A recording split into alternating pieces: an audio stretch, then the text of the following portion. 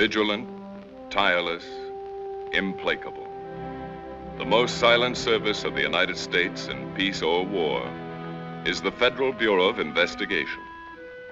The Bureau went to war with Germany long before hostilities began.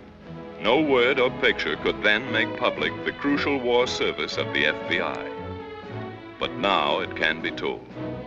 In 1939, with thousands of known and suspected enemy agents invading the Americas, the FBI started building up its force of special agents and employees from 2,000 to a war peak of 15,000. Before being sent into the field, each new agent had to learn all the modern techniques of crime detection, such as the use of a specially treated X-ray mirror, through which an FBI man can see without being seen. The Federal Bureau of Investigation had to be the world's most efficient intelligence and counter-espionage service. For war is thought, and thought is information. And he who knows most strikes hardest. By examining the intercepted mail of unsuspecting Nazi agents, the FBI uncovered many secret channels of communication. Between the lines of an innocent-appearing letter, invisibly coded in an obsolete German shorthand, were important instructions for one group of spies. The Bureau's infinitely painstaking system of sifting and recording every scrap of potential information paid handsome dividends. The FBI was adding new names to its long list of Germans known to be dangerous. And each day, as fresh investigative reports came in from the field, FBI officials saw more clearly the pattern of German espionage in the United States.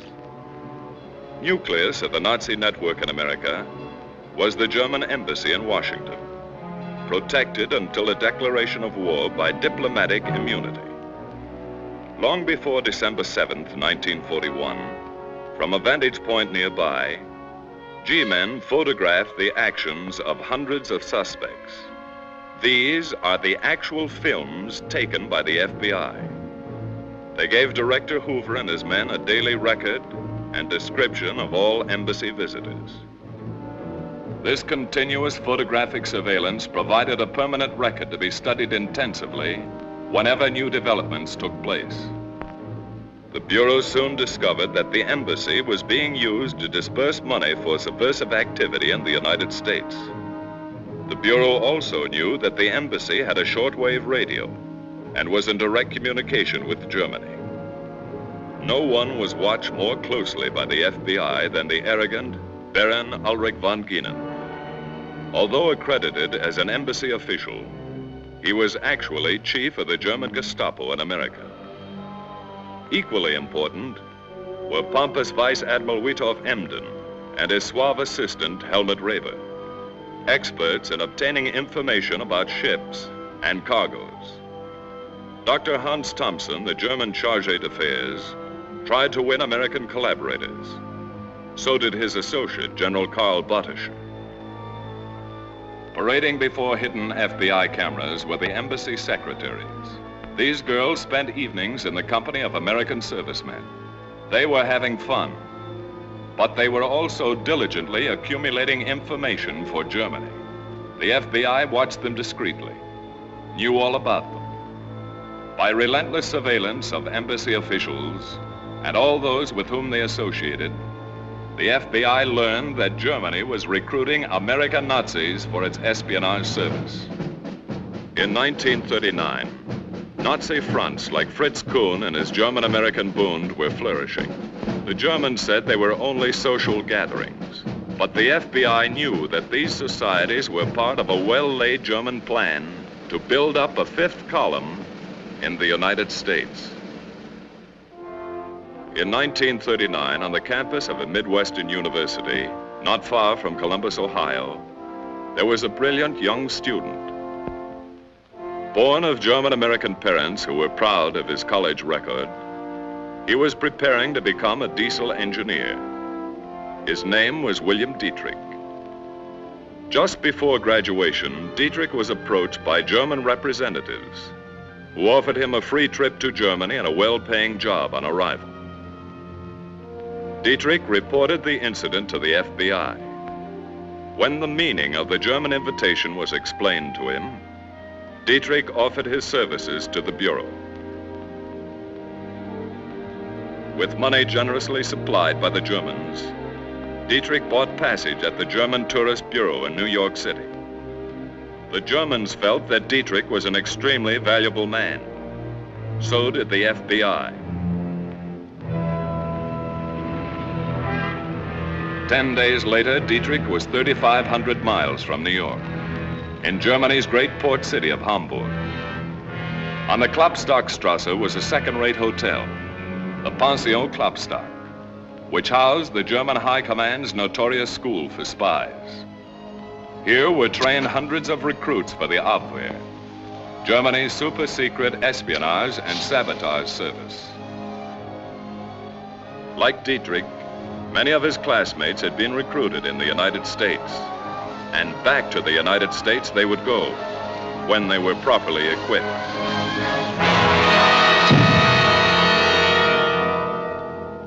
Synthesis of the FBI's counter-espionage offensive in World War II is the Christopher case, which opened, as great cases often do, by accident, a little accident, at Bowling Green in New York City.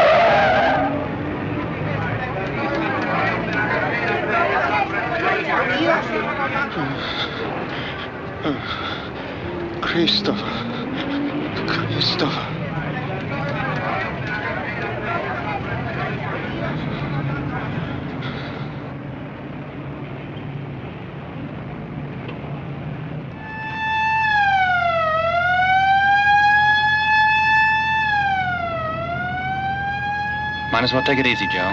He's through.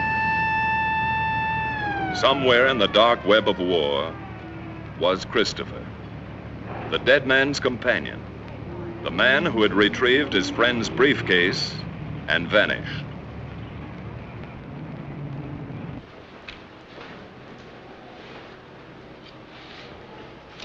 Who was he? He's got a Spanish passport, Francisco Ruiz. Hey, Doc, look at this. It's all in German. Huh.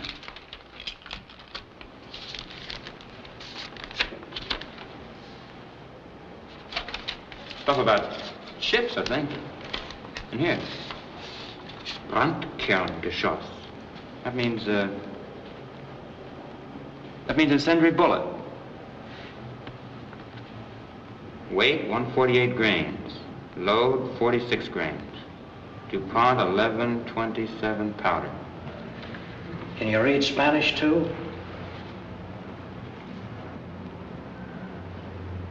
Something funny about this. We better get his fingerprints and turn them over to the FBI. Fingerprint.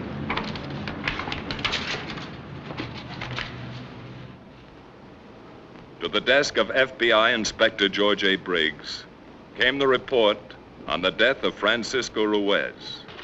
In the FBI Identification Division are nearly 100 million sets of fingerprints, so organized that it takes less than 5 minutes to identify a set of fingerprints with those on file. No fingerprints were listed under the name of Francisco Ruiz, but regardless of name, once his print was classified, a search for the individual's identity was a simple matter.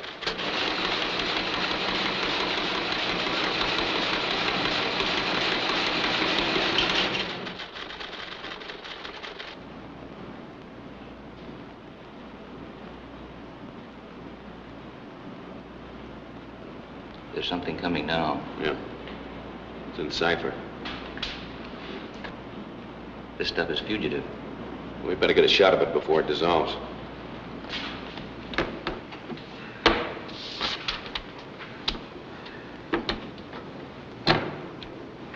Set? Okay. Send a copy to cryptanalysis. Yes, sir.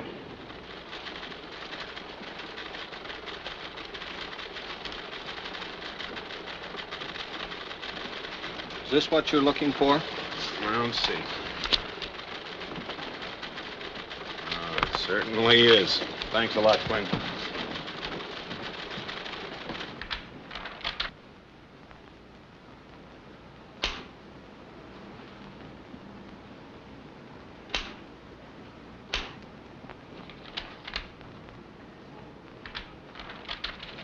Here it is, Mr. Briggs.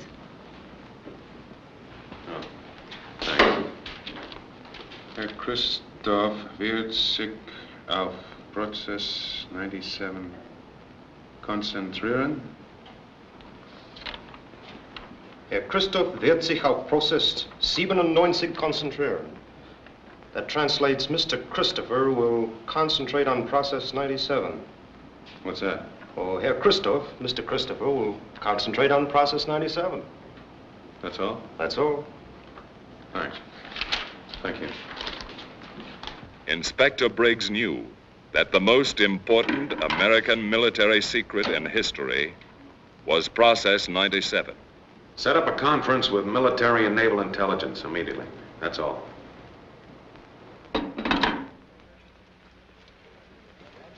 In several remote places, under strict military protection, American scientists were developing Process 97, the secret ingredient of the atomic bomb.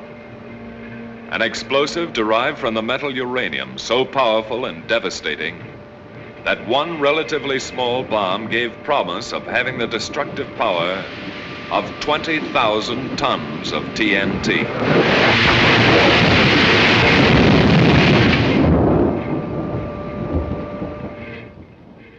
A presidential directive gave the FBI the responsibility of coordinating all counter-espionage investigations.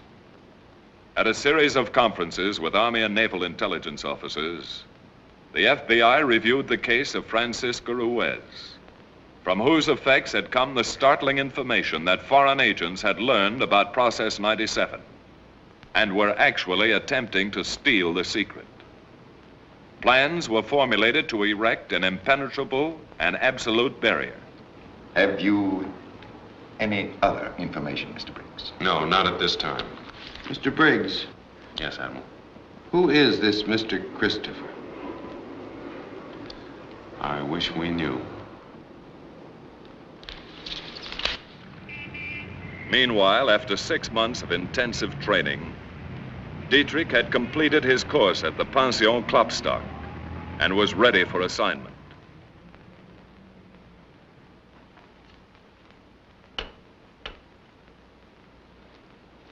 For your first needs, $50,000. You will make 3 contacts only. Elsa Gebhardt, Colonel Hammersohn, and Adolf Klein. You will keep them in funds. Yes, sir. When you reach New York, go directly to Elsa Gebhardt on East 92nd Street. You will establish contact with Hammersohn and Klein through her. Yes, sir. These are your credentials. They are on microfilm.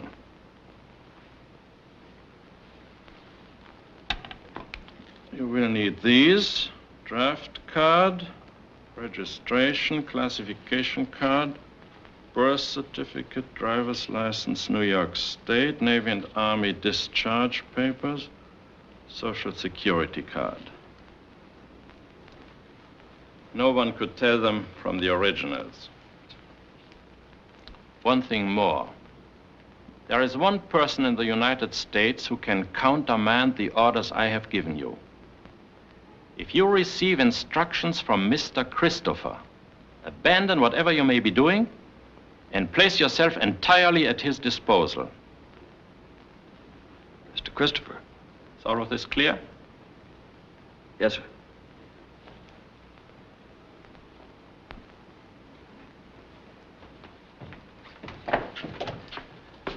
Goodbye, Colonel. Goodbye. Within a few days, Dietrich was in Lisbon, Portugal, communication center for international espionage.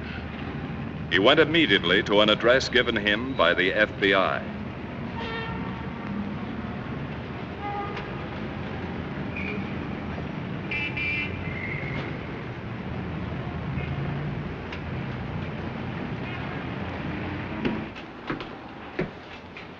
Say, there's something wrong with this watch. I wonder if you'd look at it.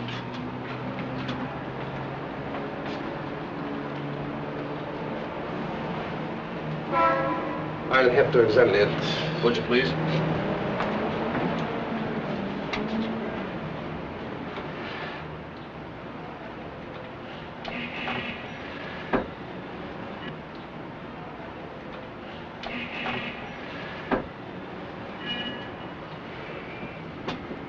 I'm sorry, sir. I won't be able to repair this watch. I understand. Thanks.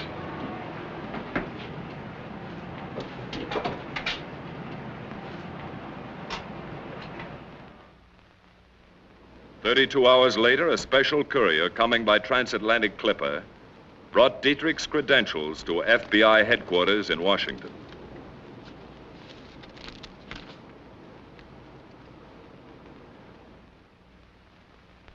Inspector Briggs was given the responsibility of solving the Christopher case. Behind him were all the resources of the FBI. That translates, William Dietrich is specifically authorized to receive all reports for transmission direct. 2, Sie sind instruiert, sich an ihn für allen Zahlungen zu wenden. That means you're instructed to look to him for all payments. 3, es ist ihm nicht erlaubt, mit den Ihnen bekannten Agenten in Berührung zu kommen. That'd mean he is forbidden to have any contact with agents known to you.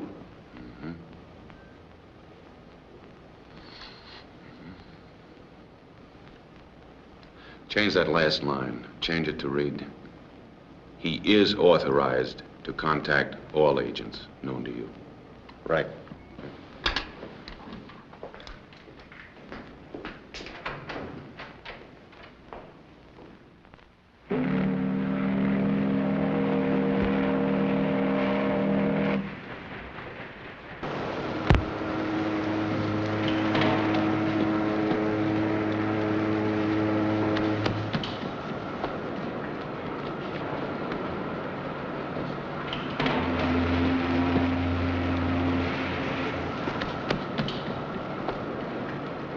Is that a new watch?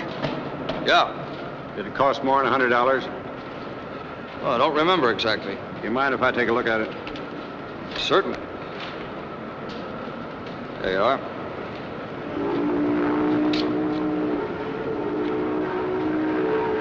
What's the value of this watch?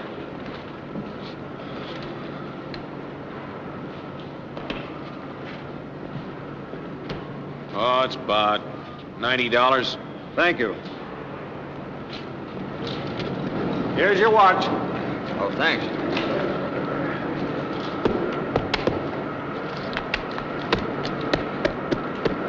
You can get out that way.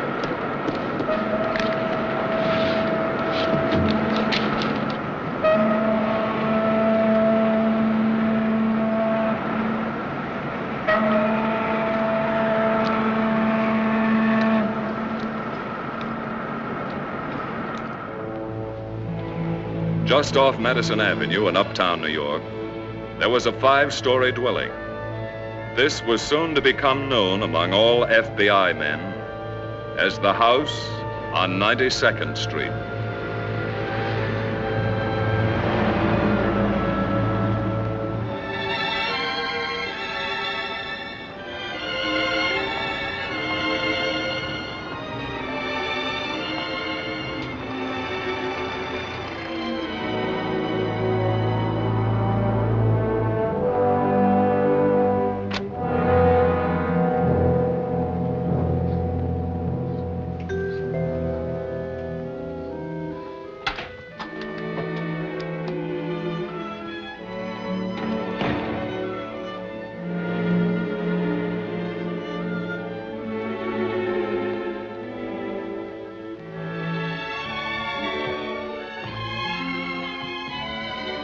May I help you?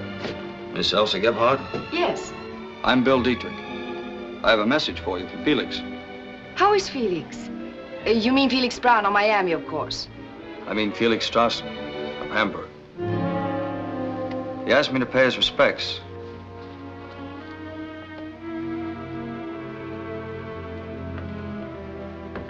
To give you these. Would you care to sit down? Thank you.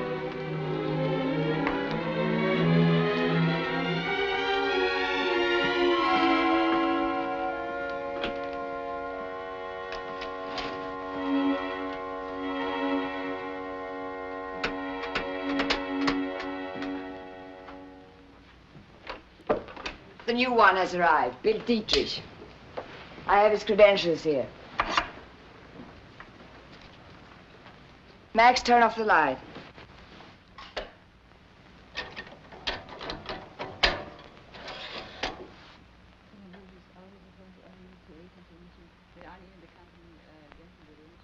He's authorized to contact all agents known to you?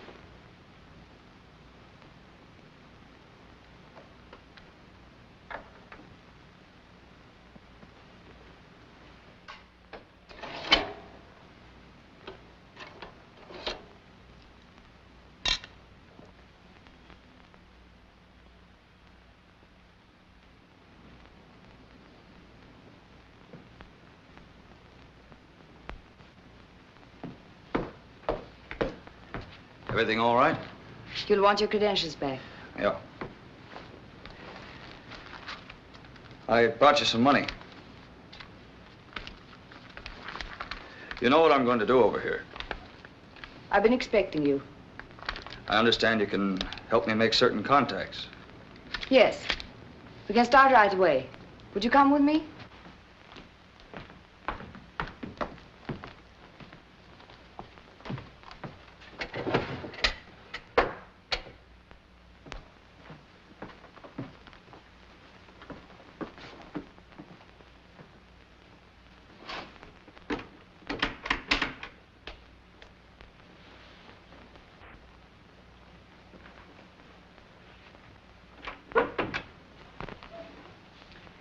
This is Bill Dietrich.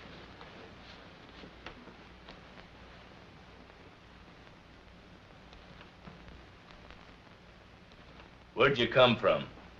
Germany? Where in Germany? Hamburg. Pension Klopstock.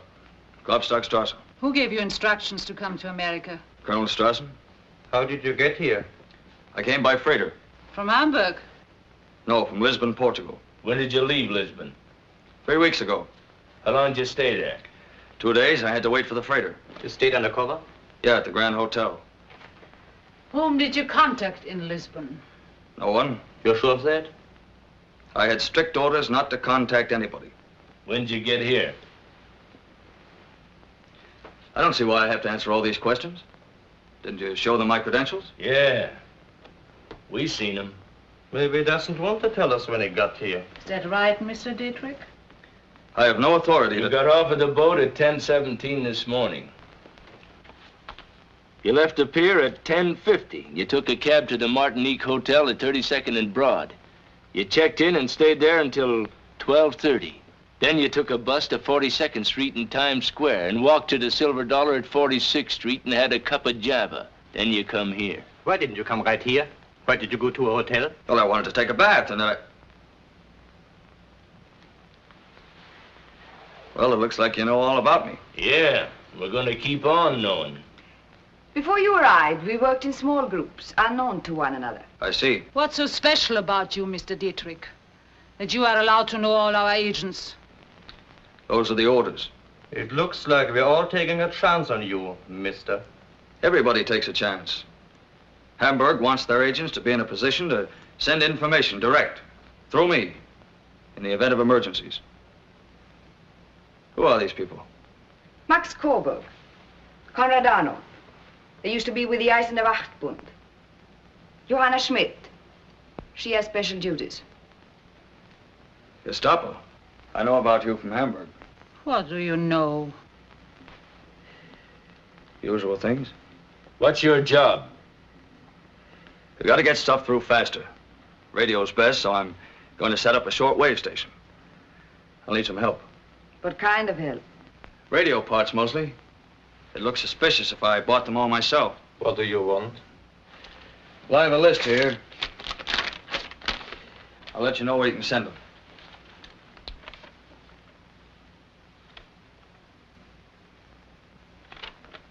This stuff is hard to get. I know, but Hamburg needs a station here. Conrad will get them for you. As soon as I find the right location, I'm going to open up an office. People with information can contact me there. Send me word as soon as you're ready to operate. I'll get it to the others. I want to contact a Colonel Hammersohn. I can arrange that. I have some money for him.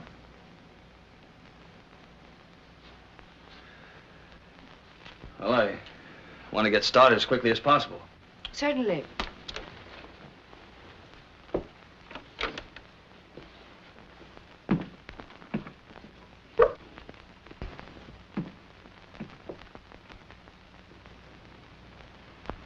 So that's the guy from Hamburg. What do you think, Elsa?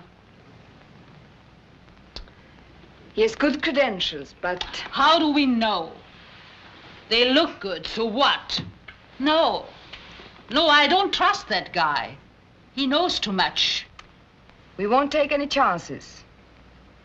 I'll check with Hamburg for confirmation. How? Hammersohn. He can get a message through by mail to Brazil. A courier will take it by Italian Airlines to the car. It's simple from there. Max, contact Hammersohn.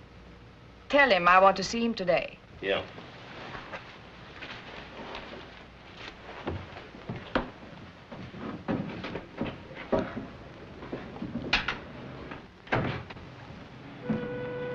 Following a prearranged plan for maintaining contact with Dietrich, Inspector Briggs set up a special office in New York City. Here's some air raid literature for you to pass out. Right. Now, I want to know who actually lives in that house and what floors they live on. Shall we get a layout of the outside? No, we'll get that later. Okay, we'll get right up there.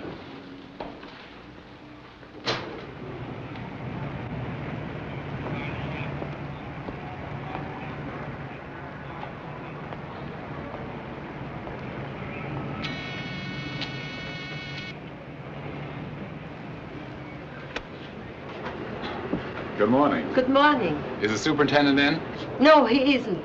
Can I help you? I'm his wife. This is in regard to air raid precautions. Air raid? We are at war? No, not yet, ma'am. We hope, of course, we won't be. But if war should come, all of us want to be ready. Yes, of course. We're making a survey of everyone living in this block. What is your name, please? Castle. Frida Castle. Would you let us know who's in the apartments here? Just Miss Gebhardt. She rents the whole house. She has a dress store. Miss Gebhardt, your husband, and yourself. That's right. Are you here most of the time? Yes. My husband is a pianist. He goes all over places. I see. Well, I guess that's all. Oh, here's some air raid literature if you'd like. Yes. Be particularly careful about lights. Yes, sir. Just off Columbus Circle in New York City, Bill Dietrich, posing as a consultant engineer, rented an office and established his place of business. The office looked legitimate. He was almost ready to receive callers.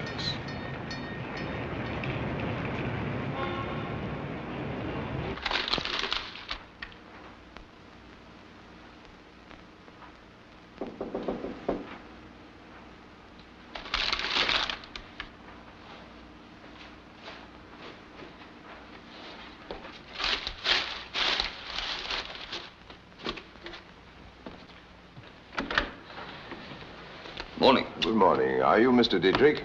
That's right. I believe we have a mutual acquaintance, Felix Strassen. Come in. Felix Strassen, yes, I knew him in Hamburg. I feel sure it must be the same man. I'm Colonel Hammersohn. Glad to know you. Won't you sit down?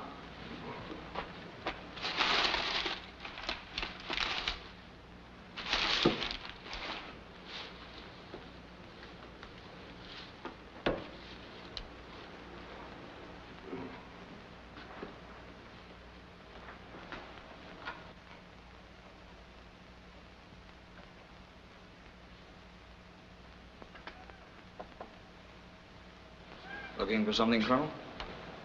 I'm just naturally cautious.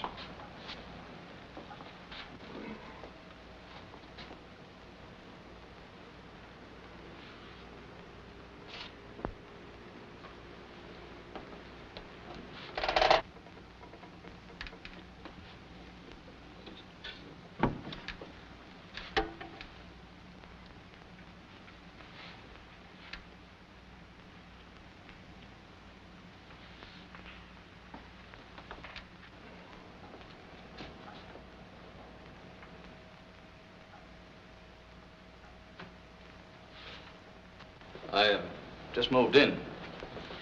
Things are a little bit upset. Yes, I see. I have something for you. It's microfilm. From Felix. It confirms you have funds for me. And you have something for Hamburg. We'll see. You must have good sources of information. I've had considerable experience. You've heard of me, of course. Oh, yes. During the last war, I worked with Captain Boyet, Fritz von Papen, Count von Bernstorff. This time, the stakes are higher. The personal danger proportionately greater.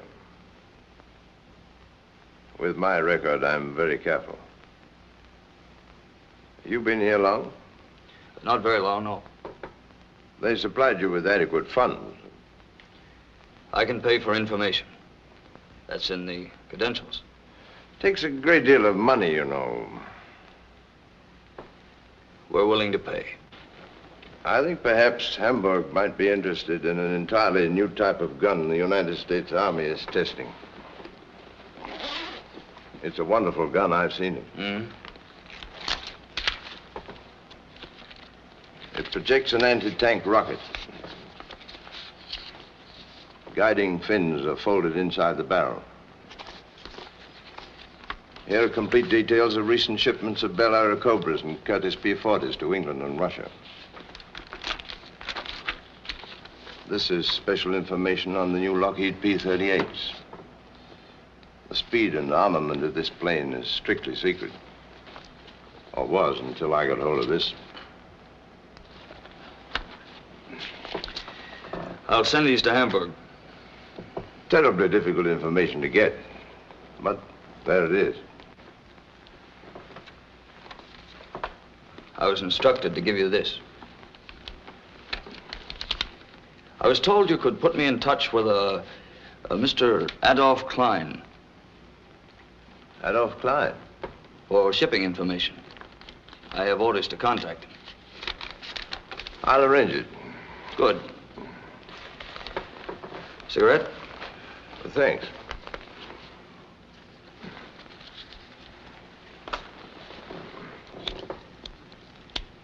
How can I get in touch with Christopher? Why? He's my boss. I've never even met him. He's my boss, too. Yeah? I haven't met him either. You'll take care of me on Klein? Oh, yes. Where'll I find him? I'll contact him and arrange a meeting. When will this be? I'll let you know.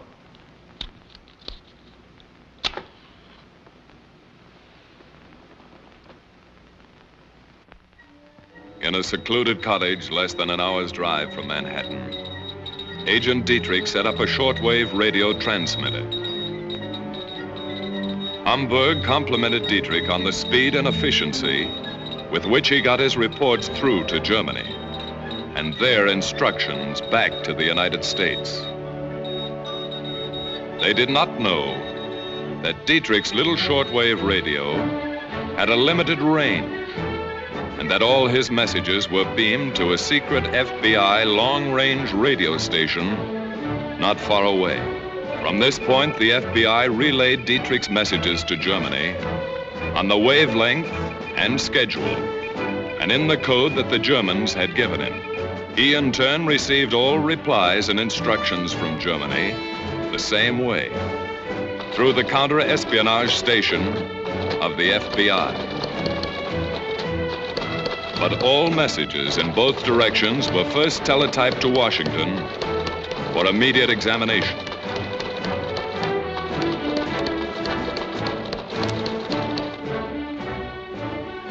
All messages to Germany were held before relaying until the Army and Navy had rendered them harmless, or perhaps had skillfully doctored them to mislead and confuse the German High Command. Besides operating his radio station, Dietrich extended his contacts with the German spy ring. As their payoff man, the enemy's agents had to come to him. Some tried to sell information of no importance. Others brought highly secret data. The FBI's hidden movie cameras and microphones recorded all Dietrich's visitors.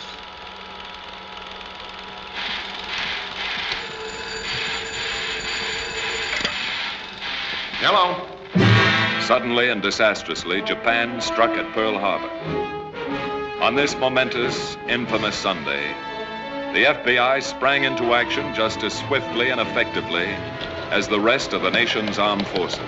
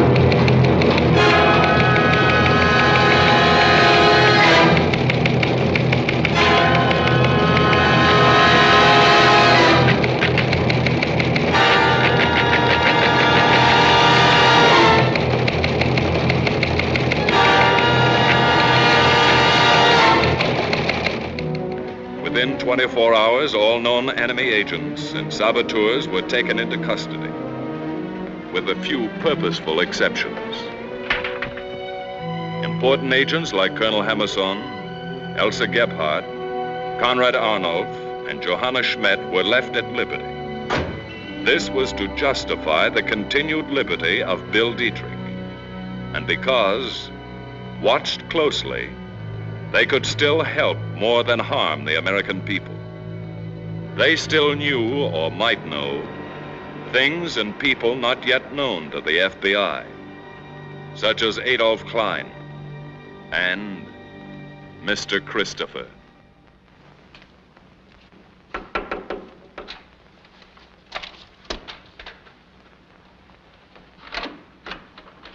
Oh, Colonel Hammersohn. Hello, Dietrich. Isn't it sort of dangerous for you to be coming here now? Yes. The war makes everything difficult. Every day they're picking up more of our agents. But I've made contact with Adolf Klein. When can I see him? Immediately. You'll have to come with me now. Good.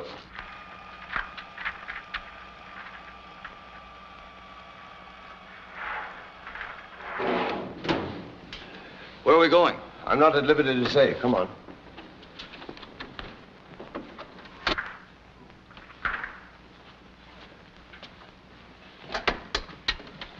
Calling car 70. Calling car 70. Come in, car 70. Over. Car 70, standing by. Over. Mr. H going down an elevator with D. Mr. H going down an elevator with D. Follow and advise. Over. Okay, will do. Off and clear.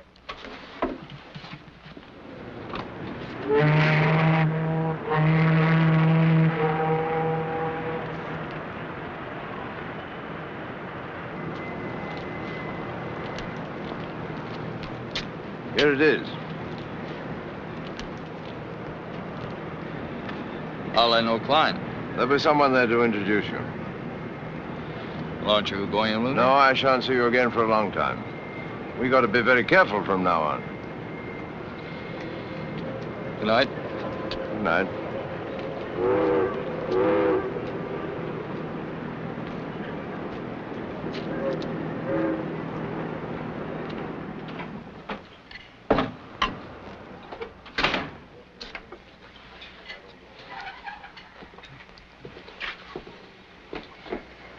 Evening. Hello. Meet Adolf Klein. How are you?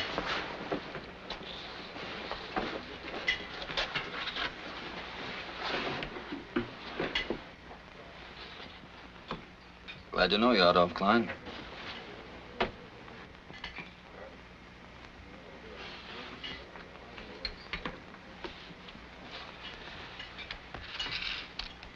And Felix.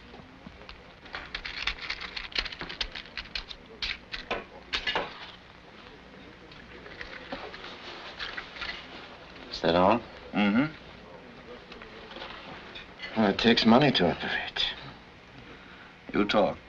I'll pay.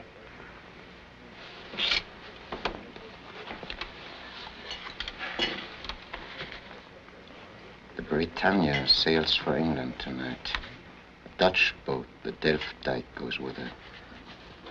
She'll join convoy 30 miles due east of Sandy Hook. Delft carries a cargo of munitions and planes. May I have that?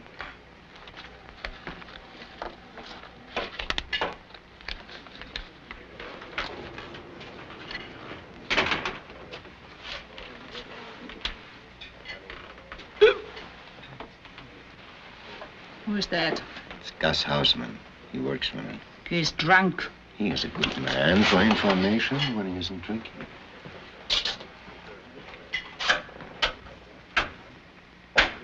Hello, Gus. Hello, Rita.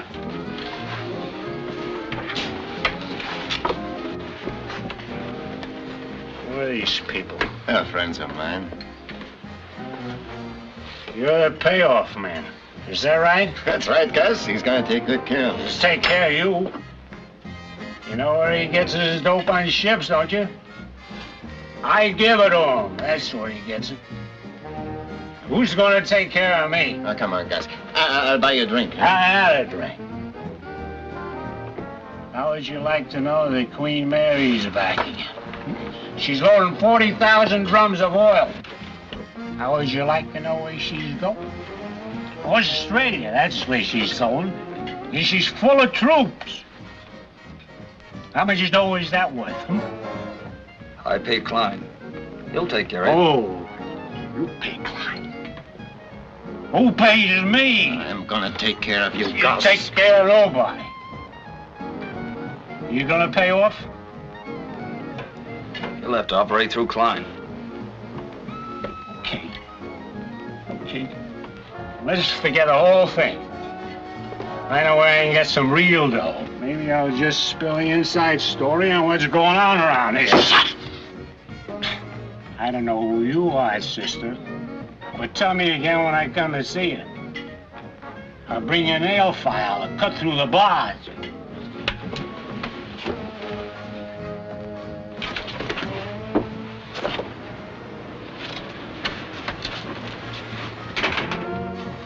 Look, she knows what she is doing.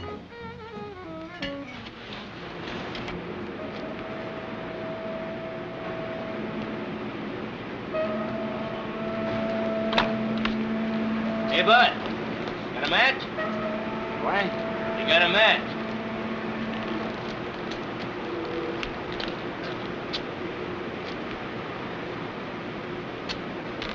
You want a light, huh? Yeah, bud. How you feeling?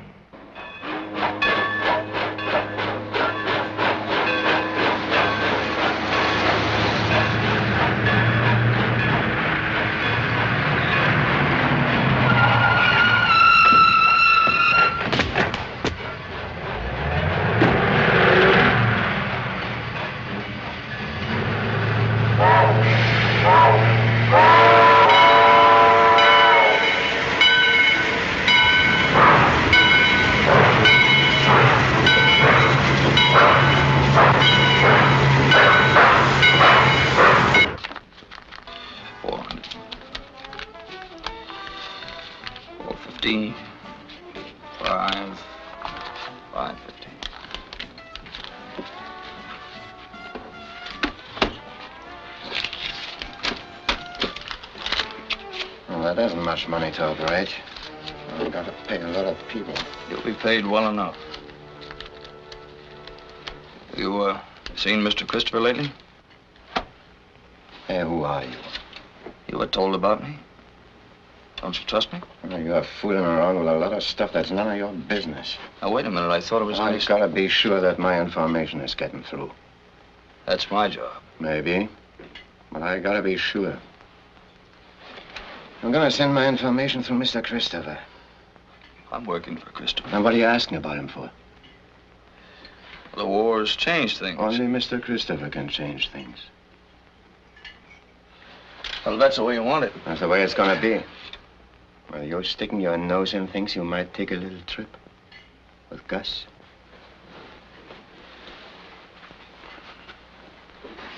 Good night, Klein. I don't even know you.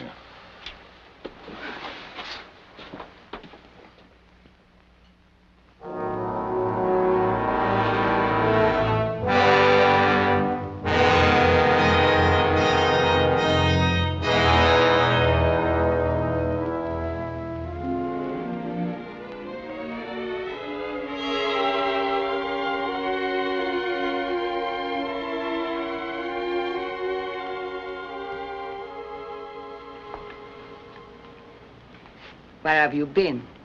I just came from the office. Where were you last night? The radio station? Weren't you supposed to meet Klein last night? Yeah, I met him.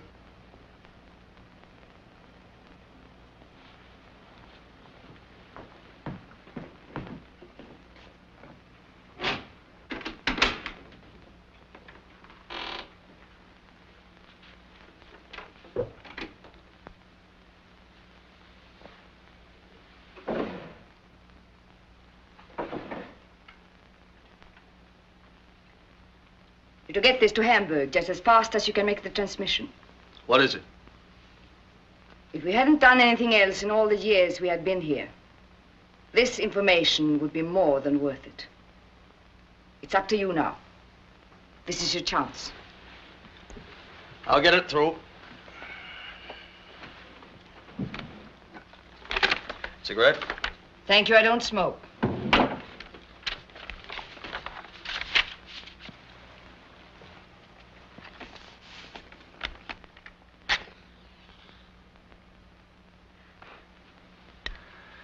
Could I see them? You'll have these papers back here tomorrow night.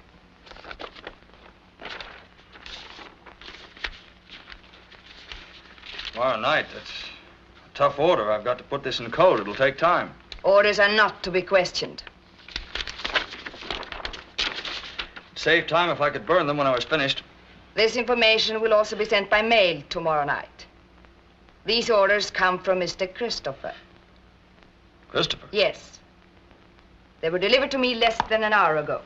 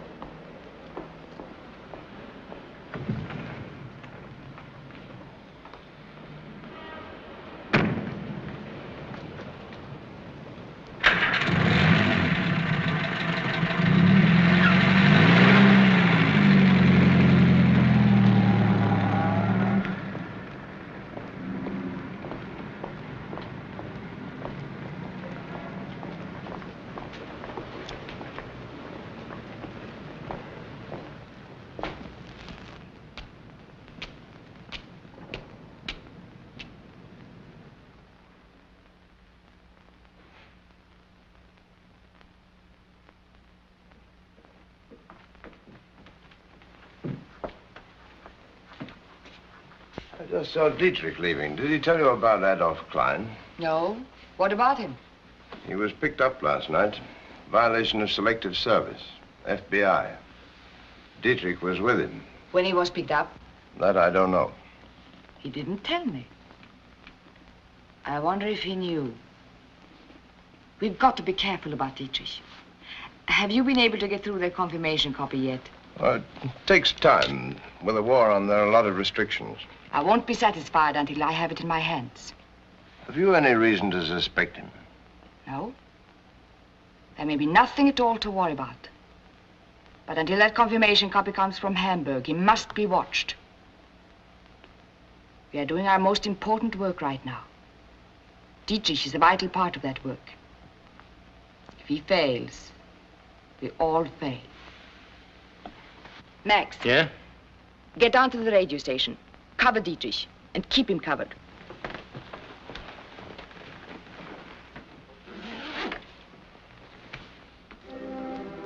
Less than an hour after Dietrich received his instructions from Elsa Gebhardt, an important envelope reached Inspector Briggs.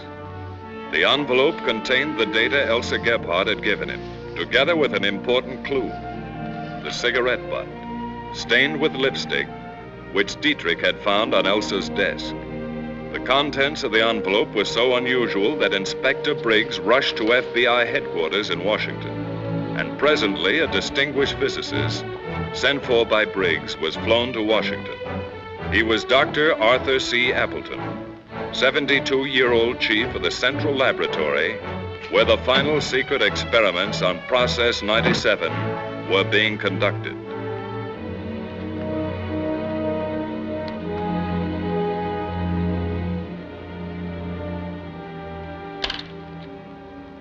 Gentlemen, these papers contain data on Process 97. It is appallingly accurate. These are details of experiments which we made barely 2 days ago. Dr. Appleton, we must send this information on through to Germany. Now, would it be possible to change a few details in order to set their scientists off the track without arousing the slightest suspicion? Of course it is. It would? We've been thrown hundreds of times ourselves by the slightest error. Now, we're going to need your help to change that data. Do you think you can do it tonight? I can start immediately. Inspector Briggs ordered the Central Laboratories placed under strict and continuous surveillance. Through an X-ray mirror in the rear of an ordinary delivery truck, movies were taken of even the most trusted individuals working on Process 97. This method of surveillance enabled the 400 FBI agents now assigned to the case to become familiar with the faces of every worker permitted to leave the plant. This facilitated the FBI's difficult job of tracing all of their activities and all of their contacts.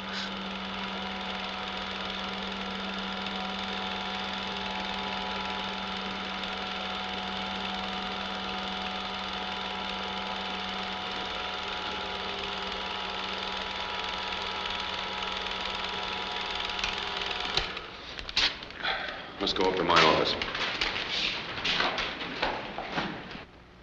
The cigarette which Dietrich was shrewd enough to take from Elsa Gebhardt's desk was examined by FBI technicians. Without a doubt, the woman who had delivered the data from Mr. Christopher was the woman who had left the cigarette. It was still the only lead to her identity. First, a portion of the stained cigarette was examined by spectrograph to determine what properties it contained.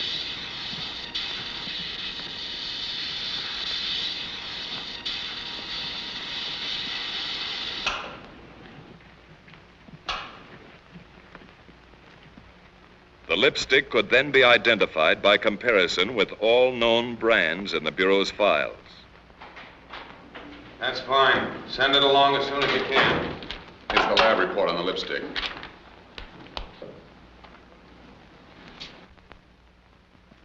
The analysis revealed a particular brand of lipstick used by 98 different beauty parlors in New York City. By checking the clients and operators of these establishments against the records of every known suspect, the FBI narrowed their search to one particular beauty parlor and one particular suspect, Louise Vaja.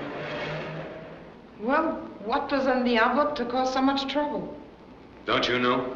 I understood. Family messages from people in Germany to be smuggled underground.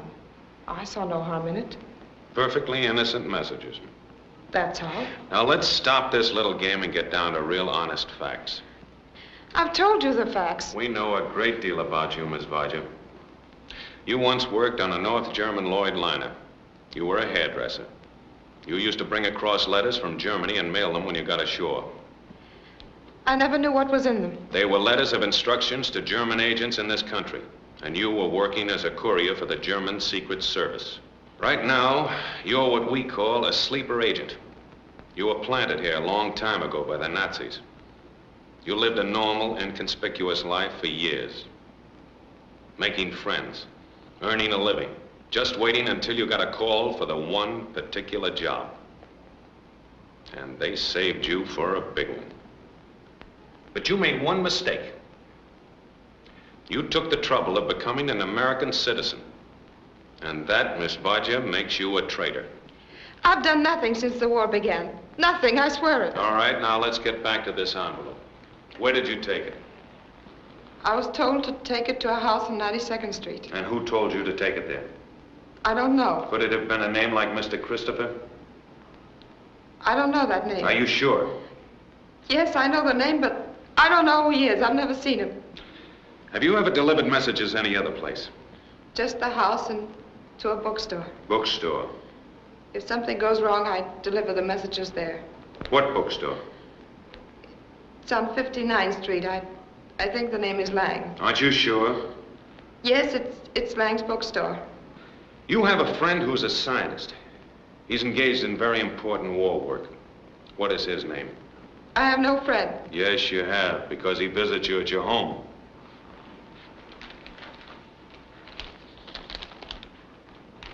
There's your friend. And there is your home. And the name of your friend is Charles Ogden Roper.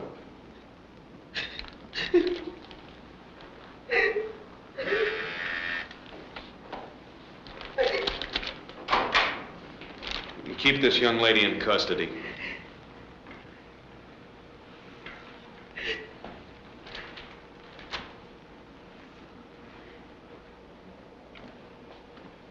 I want a surveillance made of Lang's bookshop on 59th Street. Right. We've been through the Vodja apartment. Oh, you find anything? Yeah, we found the typewriter and it checks. That's the one that was used to copy the data. Then Roper is the man who's been getting it out. Shall we pick him up? No, we can't pick him up until we find out how he does it. You know, we've got a man under 24-hour surveillance. He never leaves that laboratory without being thoroughly searched, and still he's getting the stuff out. That's our problem. That's what we have to solve. How does he do it? How does he do it? The following day, an unusual message from Germany was picked up by the FBI monitoring station and relayed on to Dietrich. It was also teletyped to Briggs.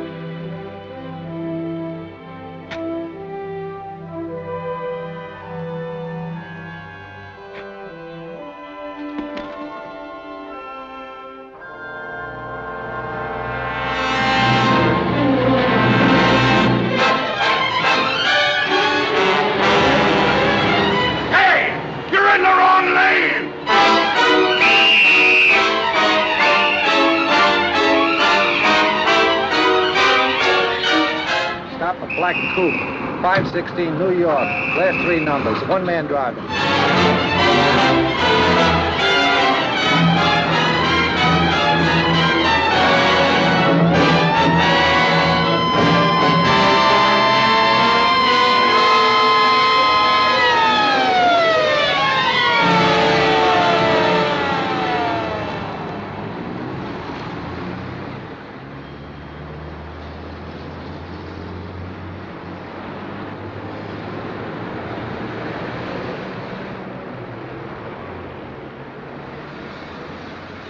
me see your driver's license. I haven't got it with me. Well, let's see your registration card. I haven't got that either. Okay, buddy, you better come down to station house with me. We want to check up on you. Have you anything to say? I prefer not to say anything till I talk to my lawyer. All right. What's your lawyer's name and telephone number? Rector 23515. Ask for Mr. Briggs. You received that message from Hamburg today? That's right. Have you done anything about it? Well, not yet, Mr. Briggs. I was about to contact you for advice when the message came to meet you. Oh. We think that this may be the lead that we've been looking for. It might be. What does it mean to you? Gedächtniskünstler. That's a familiar word in Hamburg for a very special type of agent. No. It's the name of a performer who accomplishes spectacular feats of memory. Memory artist. Memory artist? Hamburg's always looking for people with unusual memories. They take a special course just to improve their memories further. Yes, but do you think that a man, even with a very unusual memory, could get those formulas out? All that complicated stuff? Sounds incredible, but that's what they're trained to do. Oh, sure, it is incredible. Memory artist. Photographic mind. A little bit at a time? Well, it may be a lead. Maybe it's the solution. What'll I do about the message? Well, you just send it through your regular channels. Oh, anything new on Christopher? No, not yet. Mm-hmm. Well, I'll arrange for your bail and fine. Oh, when you give the message to Elsa, why, be very sore at the police, huh? Yes, sir. Don't overplay it, you know.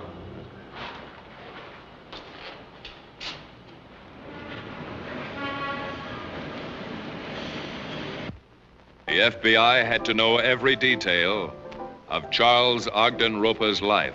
Yeah, I remember that crazy act, but I can't remember the name. Never could remember names. Does this sound like it? Has performed in clubs, Sunday school entertainments, banquets, special parties. Demonstrates amazing feats of memory. Oh, don't pay any attention to that. They always write their own. Performs amazing feats of memory. What kind of feats? What's the angle? Well, you see, people call for things from the audience, you know. They want to hear stuff out of highbrow books. You know, this guy can keep 14 games of chess going at the same time. Chess? Boy, there is a lousy game.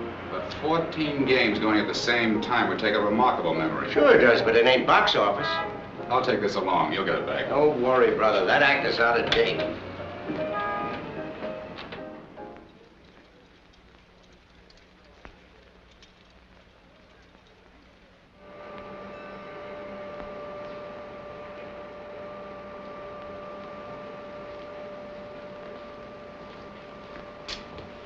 Mr. Roper. Yes? I'd like to see you in my office. Yes, Dr. Appleton.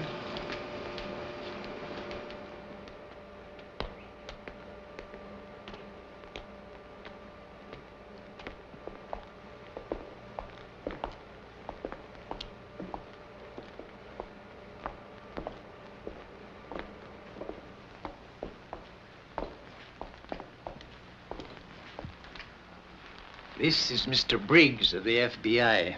Mr. Roper, my credentials. Sit down, won't you?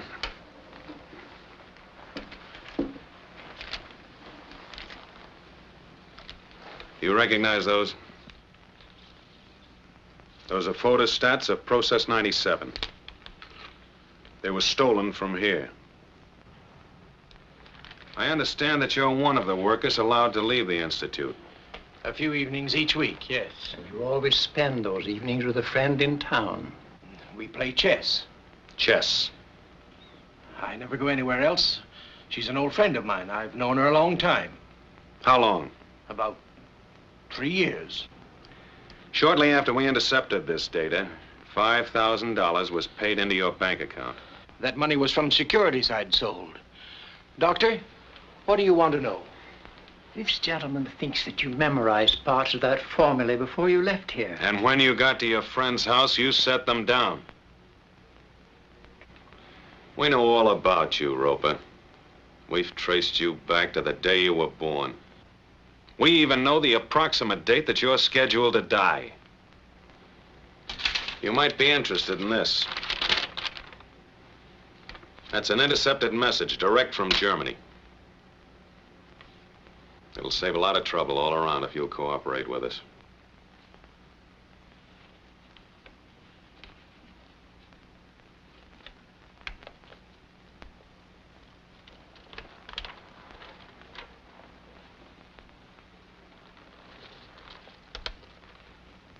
What do you want to know? You typed the formula on a typewriter owned by your friend and gave them to her, didn't you? Yes. What other contacts have you made? I received several messages at my friend's house.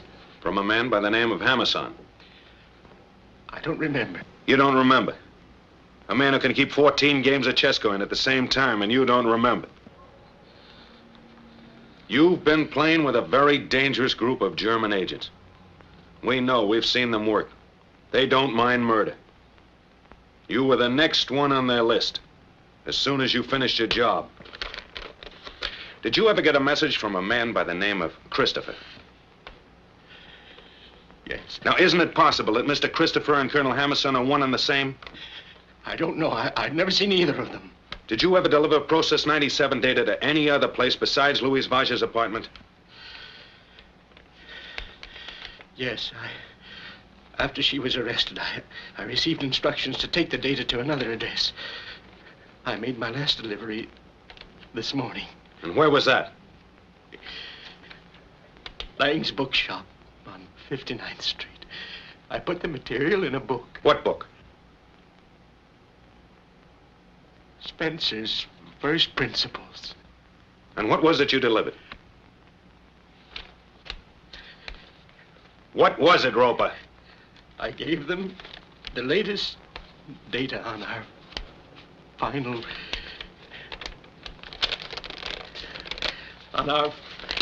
experiments. Thank you, Doctor. Put that man under arrest. I'm going to call Walker. Yes, sir.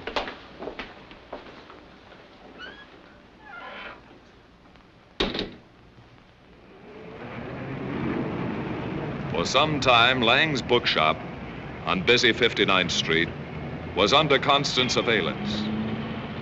Every person who entered or left the store was being photographed by FBI agents from an office directly across the street.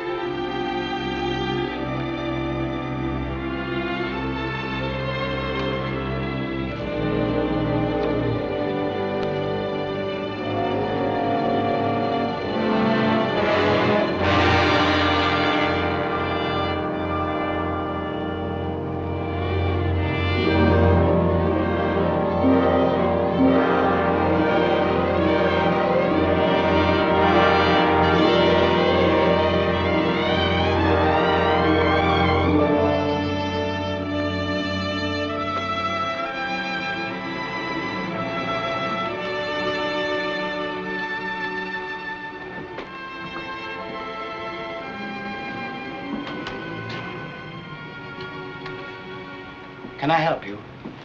Yes, I believe you can. Are you looking for some particular book? Yes, but I can't seem to find it. Oh, what is it? Have you by any chance got a copy of Spencer's First Principles? Spencer's First Principles? No, I haven't had a copy of that for some time. I might be able to get it for you. That's funny. A friend of mine said he picked up a copy here. That's very possible, although it must have been some time ago. No, this morning. I'm afraid your friend made a mistake. Oh, excuse me, I have a customer. I don't think you're going to have any customers for some time. I'm from the FBI. We'd like to talk to you at our office. Now? Right now.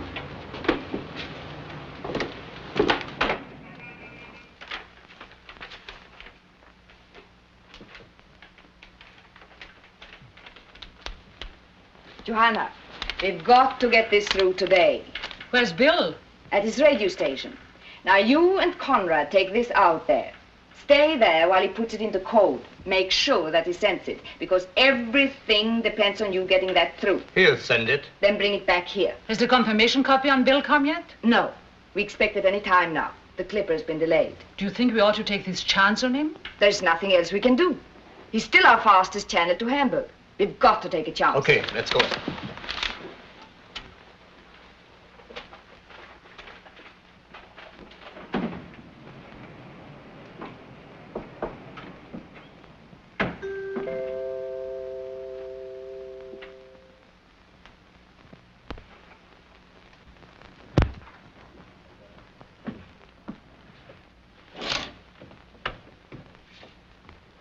Where have you been?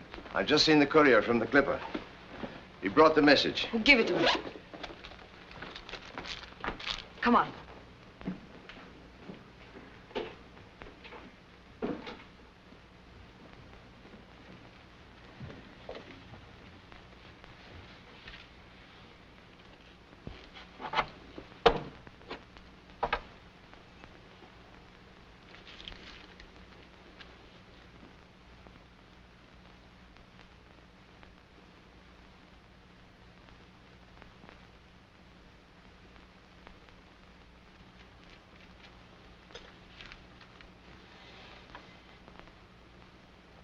Dietrich ist ausdrücklich bevollmächtigt, alle Berichte zu bringen. Es ist ihm nicht erlaubt, mit den Ihnen bekannten Agenten in Berührung zu kommen. He's forbidden to contact any agents known to you.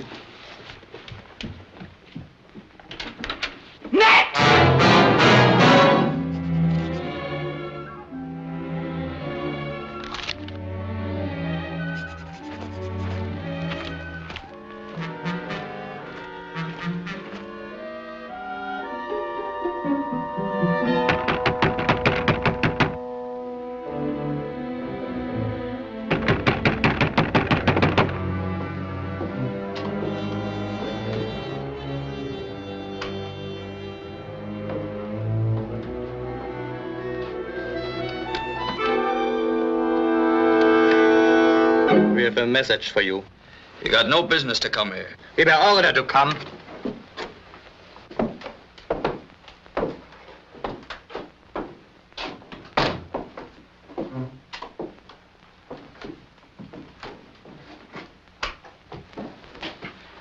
This kind of thing's dangerous. We weren't followed. This is from Elsa. You have to send it immediately. This is important.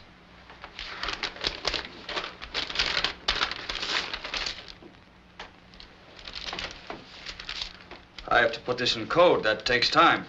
Do it right away. Wait a minute. Did you say you can reach Hamburg with this? That's what he said? You are crazy. Look at the coils. They're only 2.5 meters. This wouldn't carry more than 20 or 30 miles. This isn't the stuff we got you. That's right. I made a few improvements. This setup wouldn't carry across the Atlantic. How do you know? 'Cause I'm going to try. Go ahead.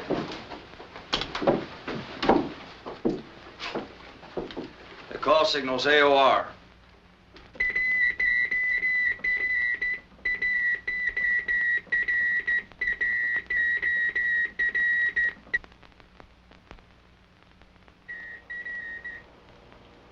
That's not Bill sending. I know his fist. Better answer it.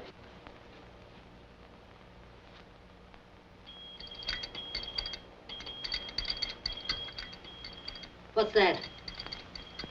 That's not Hamburg. There's no mush. It's coming from somewhere nearby. Where's it coming from? How would I know? It's not up to me to ask questions. I follow instructions the same as you. Maybe it's a relay station, picking up messages from a small set like this and boosting it across when conditions are right. That's a new one. Transmissions across the Atlantic are uncertain. I can't sit here all day waiting to send messages. I don't believe you, mister.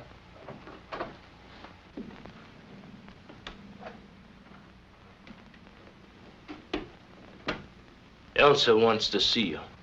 What for? She don't want you to send no messages. What's up, Max? Got a message from Hamburg. Him. Yeah. Elsa wants to see him. Get going.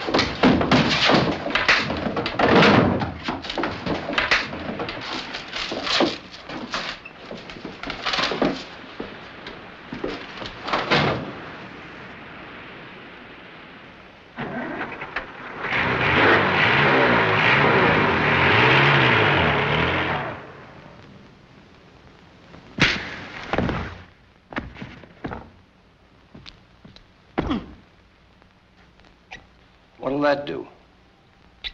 It'll make him talk. It takes time. 3 injections. In about an hour, he'll be answering questions. What'll it do to him? He'll tell you the truth. Scopolamine. Drugs part of the brain. I want to know about that envelope and his radio and a lot of other things. We've got the picture of the last pickup at the bookshop. Lang's identified the man. Good. Match that with all the film we've got on the Christopher case. The Varja house, Dietrich's office, the gown shop, everything we've got. Right. All you from the projection room. That's the man who picked up the book. Lang's confirmed that.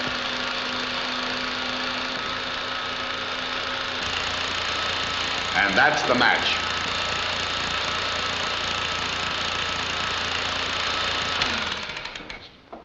Well, there's no question about it. Frieda Castle's husband is Mr. Christopher, the 3rd member of that household. You mean the man posing as her husband? Yeah. Come on. We're going out and pick up Mr. Christopher.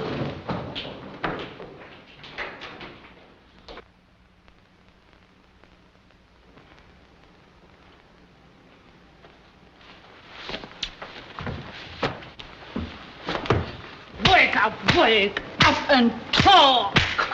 We can wait.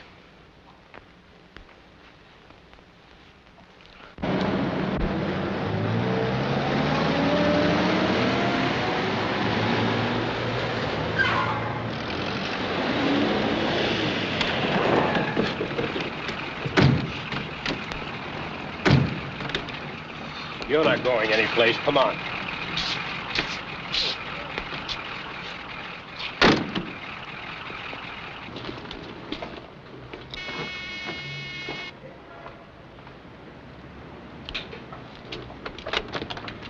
We're special agents of the FBI. You're under arrest. Where did you send that information?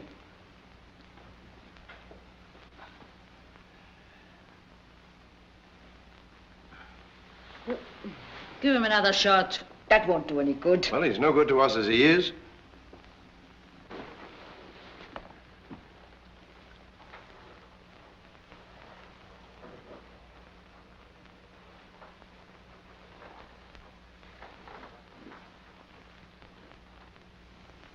What's the range of your radio?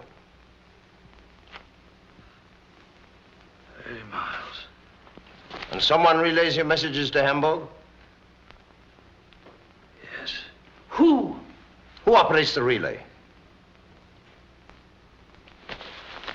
You sold the others out, didn't you? You had them arrested.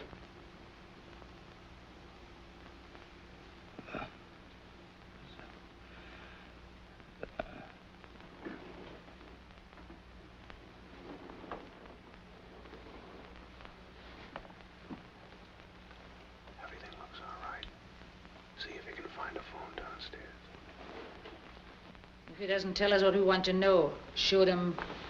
Look, let's not lose our heads.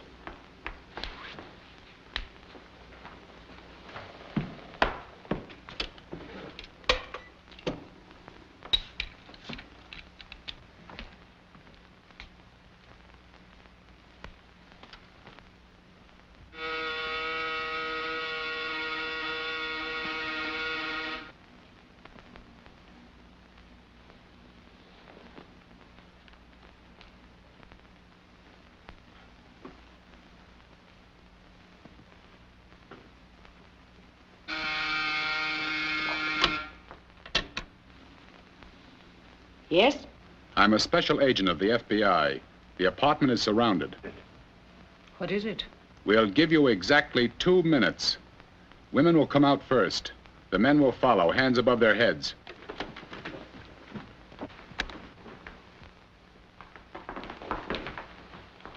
It's the FBI.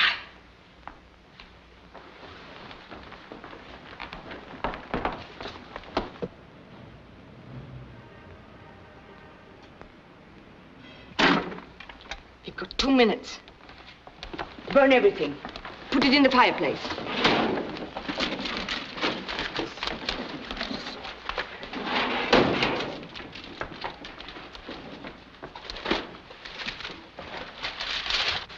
Joanna, give me the papers on process 97.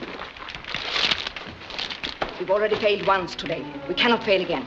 Nothing matters except getting this information through. Our lives, nothing. There's one chance left. To contact the courier from Hamburg.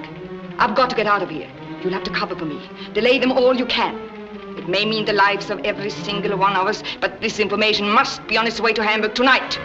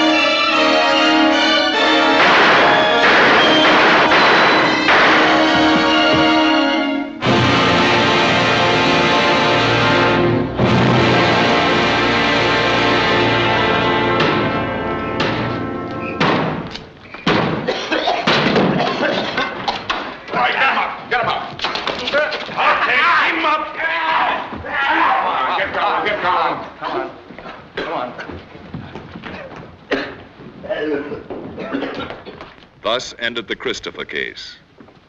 Elsa Gebhardt, alias Mr. Christopher, was no more successful than other foreign espionage agents. Process 97, the atomic bomb, America's top war secret, remains a secret.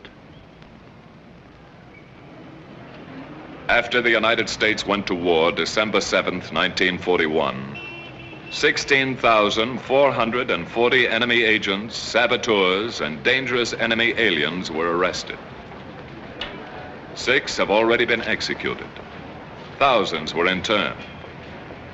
Others were imprisoned for a sum total of 1,880 years. All of the thoroughly laid enemy plans for a 5th column were smashed before they could be put into operation. Not one single act of enemy-directed sabotage was perpetrated within the United States, nor was one major war secret stolen. The Federal Bureau of Investigation continues to be the implacable foe of all enemies of the United States.